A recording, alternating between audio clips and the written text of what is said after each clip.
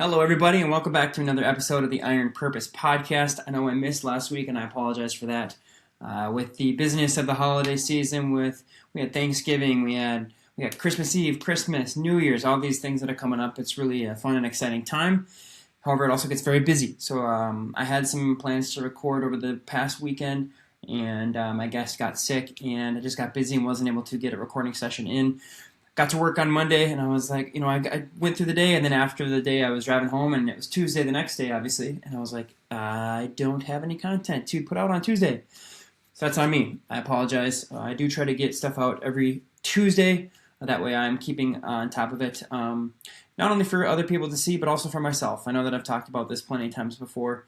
This is an awesome opportunity for me to talk to other people, to learn from other people, and grow. And if somebody else gets to see that and learn from it as well, that's just an added bonus because I learn so much from the conversations that I have from people, the questions that people ask, and the different questions that their stories get through my mind. I really think about their stories and the things that they have had to go through, and I look back on all the guests that I've had and got a chance to talk to, go, wow, if they were able to go through that and they were able to come out on the other side stronger, better men, better women, for themselves, for their families, for their careers, for the people around them. I can do that too. And so that's been the goal of this podcast. As iron sharpens iron, so one person sharpens another. And we're doing our best to do that over here, even if we do miss a week. So I appreciate that. I was actually thinking, I wonder if anybody even notices that I didn't even drop an episode last Tuesday. And as soon as I was thinking that, I got a message from a coworker and a friend. He said, "Hey, when's the next episode coming out?" I was like, shoot, okay, he's on to me. So I appreciate you for reaching out. You know who you are. Had some really kind words to say, and I really appreciate it. I'm really hoping that people do get something out of this, but at the end of the day, I'm learning so much, and I'm growing so much, and I'm having such a blast with this. So today is just going to be another episode of just myself. I'm not sure how long I'm going to make it, or if it's going to be a jabs, if it's going to be a shorter one or not. But regardless, the topic, the title, none of that matters. It's what we're talking about and what I've had on my heart lately. Have you ever been walking through life feeling like you're getting blown all over the place, feeling like you could fall on your butt at any given moment, and you're getting frustrated and you're getting angry with just the different current situations? That was me about 45 minutes ago, taking my dogs on a walk. Now, it was super cold here in Minnesota. I got the high was like -3, -4 a couple weeks ago, not that long ago. And then I got really warm, about 44 degrees just a couple days ago. So everything kind of melted a little bit. Now it got cold again. So what happens when you have really a lot of ice and some sunshine and some warmth and then cold again? It freezes. So the roads were like skating rinks. The sidewalks were like skating rinks. And I got my dogs. They're both connected to a leash. So I've got them both on one harness, or two harnesses, one leash, connecting the two of them. You get the picture.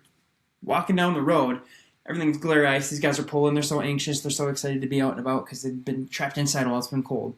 Now I'm bundled up. I've got my hands in my pockets of my coat with the leash kind of coming out, and I'm trying to do like one of those shuffle slides. You've all done it before. You get out there and you see it. You're like, okay, I want to try to slide and see what I can do, and they're just yanking on me. I'm getting frustrated. The wind is blowing. It's freezing cold. The dogs aren't listening to me because they're so excited to go on a walk that they're pulling me, and at any given moment, my feet could slip and slide. The thing was, too, the road, it wasn't completely covered in ice. There were some patches, but it was hard to tell what was actually ice and what was a little bit of road that I'd have some traction on. So it was tough. It was frustrating. I was getting angry, and I was like, why did I bring these guys out? I could have just said, it's too cold, it's too windy. Well, I've had a lot going on in my mind recently of different things that I could talk about, and one thing that's continued to come up is this very topic. Life is going to pull us around. Life is going to do these different things if we allow it. And a lot of times, we just let life happen to us rather than taking the reins and taking control of the moment and living in the present.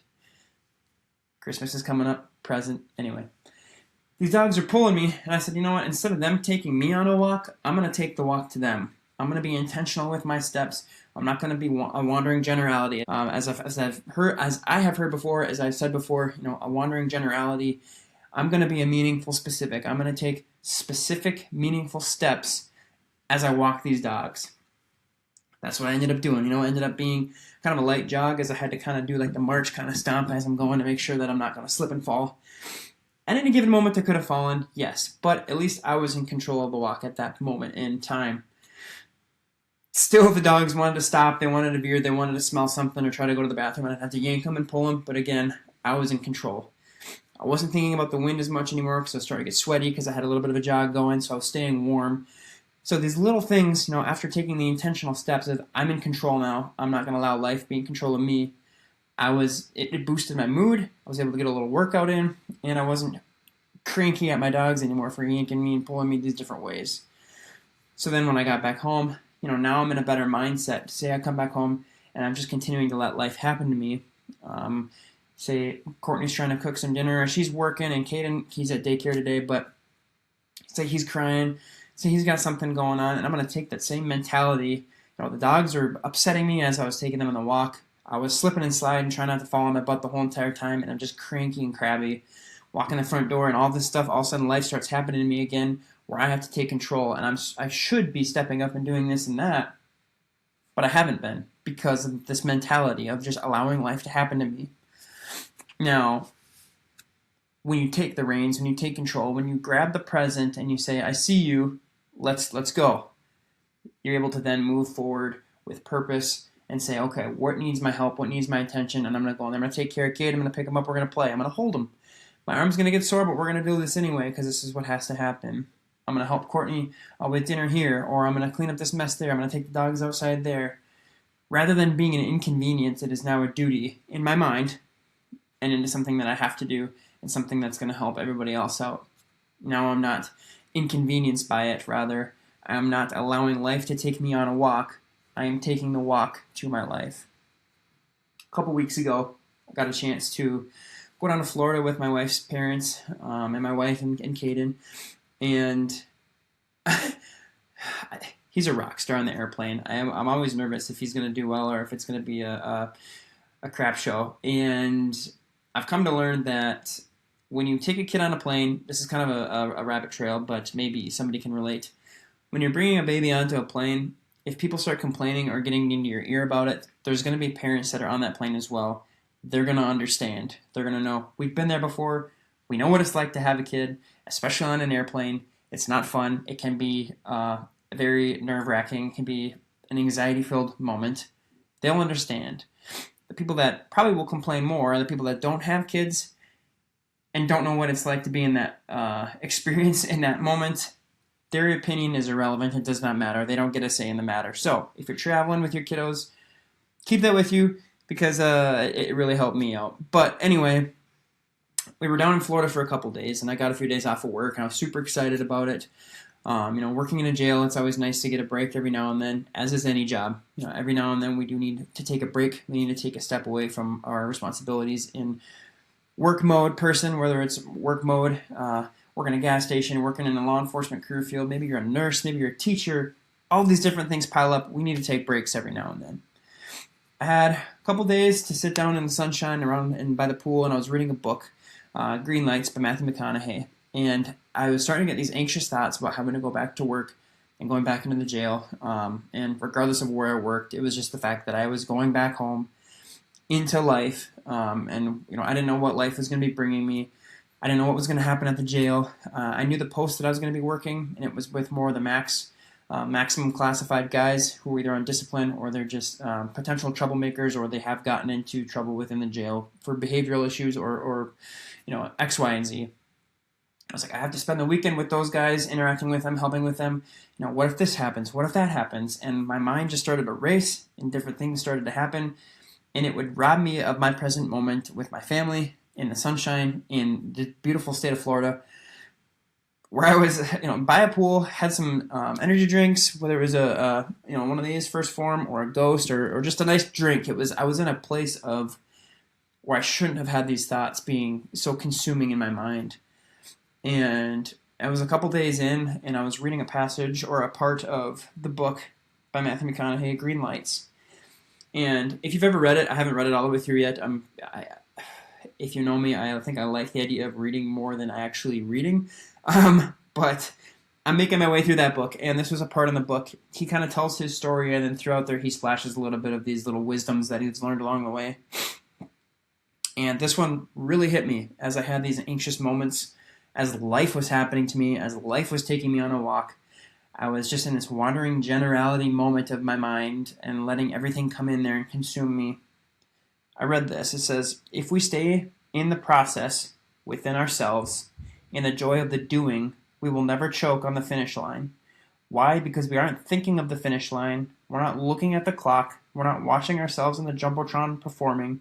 We are performing in real time, where the approach is the destination. And there is no goal line because we are never finished. When Bo Jackson scored, he ran over the goal line, through the end zone and up the tunnel. The greatest snipers and marksmen in the world don't aim at the target, they aim on the other side of it. When we truly latch onto the fact that we are going to die at some point in time, we have a more presence in this one. Reach beyond your grasp, have immortal finish lines, and turn your red lights green, because a roof is a man-made thing. Now, it doesn't directly apply to what I was thinking at the time, but that passage kind of snapped me into this purpose, intentional thinking, where I grabbed those anxious thoughts and I pulled them up close and I had a moment with them. And it, I don't know why I was feeling the way that I was feeling at the time after reading that, but it just calmed me down. And breath work is something that I've really been doing a lot lately too. But that's what it felt like. It felt like I was holding my breath and I was like trapped, thinking about all these things that may or may not happen at work. And I gotta go back to this or go back to that. And I really enjoyed just sitting here and just letting life happen to me. But in that moment, after reading that, the anxiety just kind of went away. These pictures in my mind of things that were pulling me one way or another just kind of erased and they kind of settled. And I just started typing in my phone, just started typing the way that I was feeling, what I was seeing, what I was, what I was experiencing in my mind, and what it felt like to have that transition from having all those thoughts, having all those just negative, pessimistic feelings flowing through my mind and letting life happen to me. The switch flipped, and I just started writing this thing out. I'm going to read it for you here. Now, I wrote a really big one, and I wanted to make it appropriate for something like this to make a little more sense. So I threw it into chat and really fined it and tuned it and refined it to how I felt. And this best describes it. Anxiety flashes moments and feelings across the forefront of my mind, then retreats. And that's what it does. It doesn't stick around. And there's times where I look away from it because I don't want to feel that way anymore, but I don't know how to deal with it. It tries to make me feel afraid, nervous, insignificant, convincing me that I'm not capable of facing what's ahead. When anxiety rears its head, I look away, I cower, I pretend it's not there, as if we didn't just lock eyes for a brief moment. Like a stranger in public, I avert my gaze and keep moving. You ever been in public and maybe you know somebody or maybe you don't know this person and you're walking down an aisle and all of a sudden you lock eyes and you look away because you're like, this is awkward, I'm not going to look at you anymore, I'm going to look away. I'm sure we've all experienced that. I avert my gaze and keep moving. But what if I didn't look away? What if I stood my ground and welcomed him in? Asked who he was and what he wanted with my mind, my heart, my soul. Maybe he's trying to tell me something I need to hear, not as a friend, but as a test. He's jealous of who I am and who I'm becoming, unaware of what I've already overcome and what I am capable of. Maybe inviting conversation with this mysterious being is how I get to the bottom of it. How I call him on his bluff and come out the other side stronger. I hear him knocking at the door of my heart, composed, and that's how I felt. He was knocking at the door of my heart, knocking at the door of my mind, wanting to come into my house. And instead of ignoring it and turning away from it after reading that passage in that book, I meet him there, in strength, confidence, and peace, at the front door. I acknowledge him. I close the door. Or maybe I open it enough, just enough to show him I'm not afraid.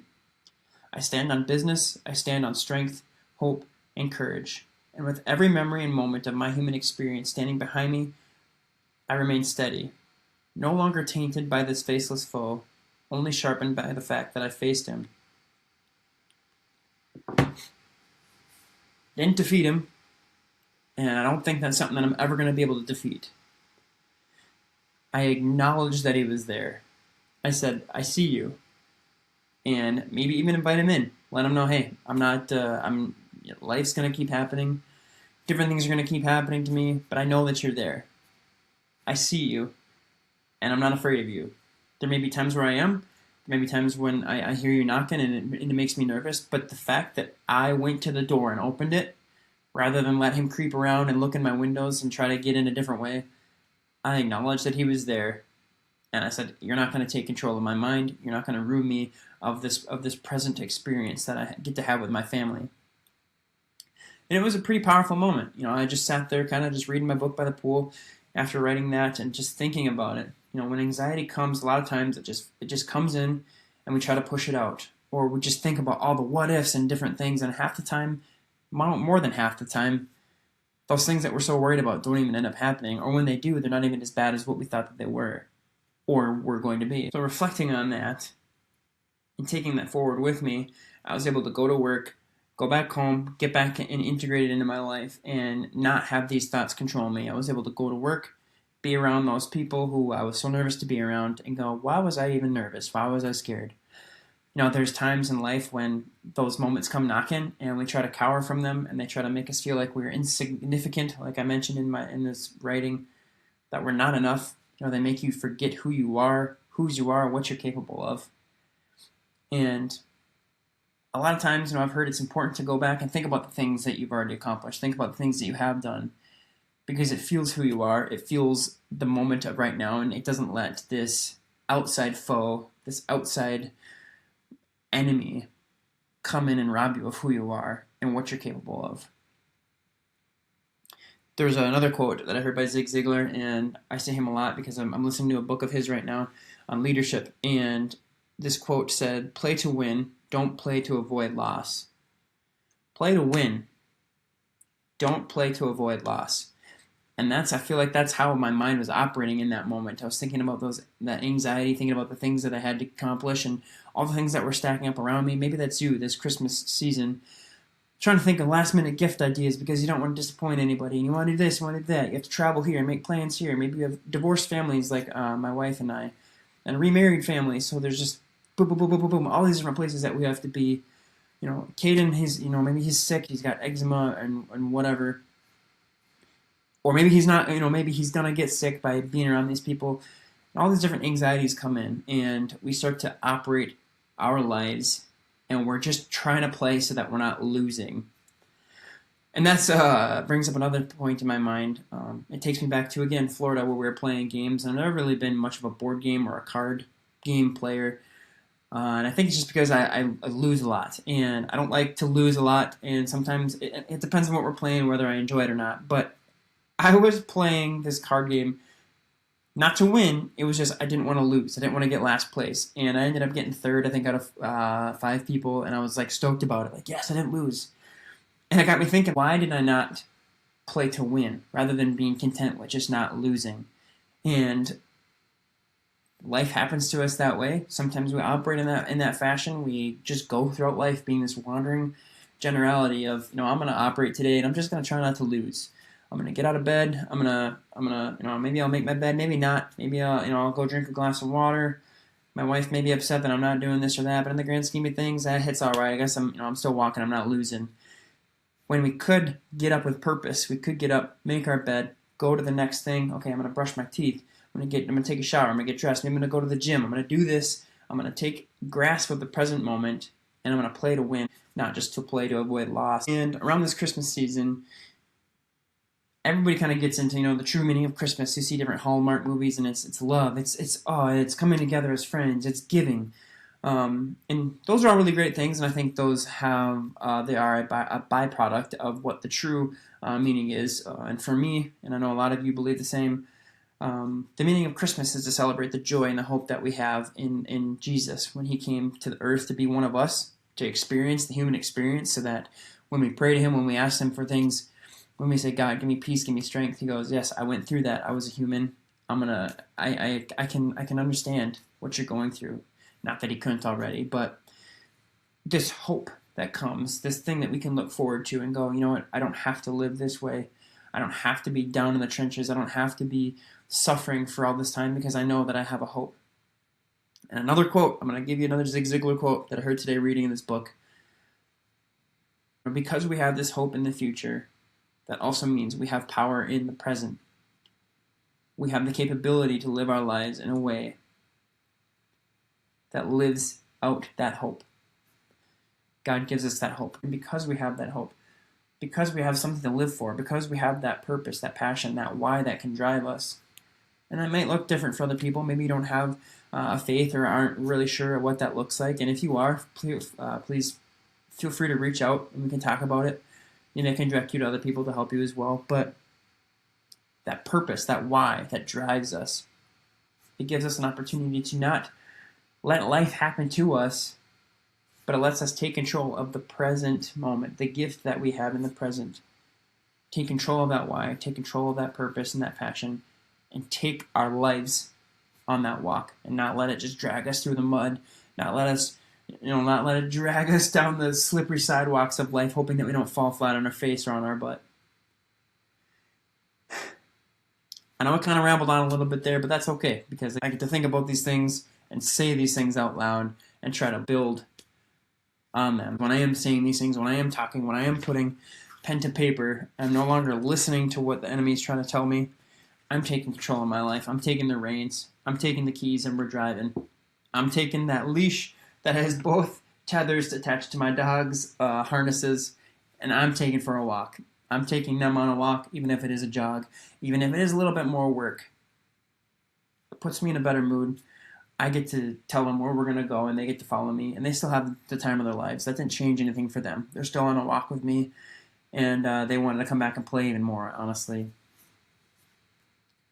Hope you're able to get something out of that. This Christmas season, as we talk about gifts, we talk about presents, I wanted to throw that at you, the present and the power that the present has if we grasp it. Maybe you are thinking, maybe it's a difficult time. Maybe the holiday season is difficult for you, the Christmas season. Maybe you don't have people in your life that you once did. Maybe you lost them to illness or death, or they're no longer in your lives anymore, and that can be really difficult. It can be a time that is full of joy and hope and power, but it can also be a time that is very difficult.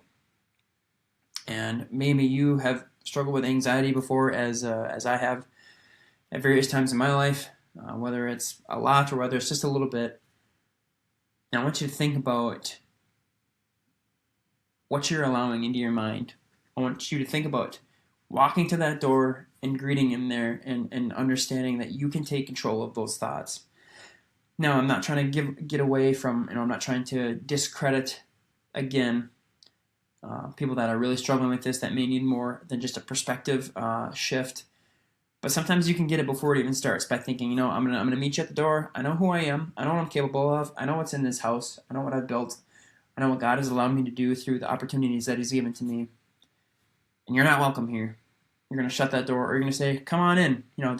We got a nice Thanksgiving feast sitting on the table for you if you wanna hang out. And a lot of times, anxiety's gonna be like, "Nah, I want nothing to do with this guy." There are some people who allow him to just walk around, peek through the windows. Maybe he's already in. Maybe he already broke into your house somewhere and he's set it on fire. If only we operated in a way that prevented that, and not only prevented it, but looking out for it. Sometimes that fire is already started in our mind and we're not doing anything about it. And again, just want to take the time to say that if that is you, if you are struggling with that, if your mind is on fire, if anxiety has broken in, if whatever that figure, fill in the blank, plug in the enemy in your life, if they've broken in and they set a fire, snap out of it, come to that present moment, grab your fire extinguisher and go to work. Get up there, start putting out the flames, and throw him out the top window. I threw that whole story that I typed up, that whole piece that I had written and helped and kind of thrown together into chat, and had it create an image. And I'm going to try to post the image, and maybe I'll just use it as the image of the episode. But it's a younger guy, and he's pointing at the face of this shadow figure with, and that's exactly the way that it looks. Just a shadow figure of uncertainty, unknown. And he's pointing at it. He's saying, "I see you. I know you're here, and you're not welcome here anymore." It was pretty powerful. I'm going to stop rambling. I'm going to let you get back on with your day. Whether you're listening to this on Spotify or watching it on YouTube, I really much appreciate you. If you have a certain story, a certain experience that you've done or gone through lately, or maybe it was a while ago and you want to share it and you think maybe somebody could learn from it, please reach out. It'd be awesome to get more people on here. Again, the more people that I talk to, the more that I'm able to learn, the more perspectives other people are able to get. And again, that's the whole goal of the podcast.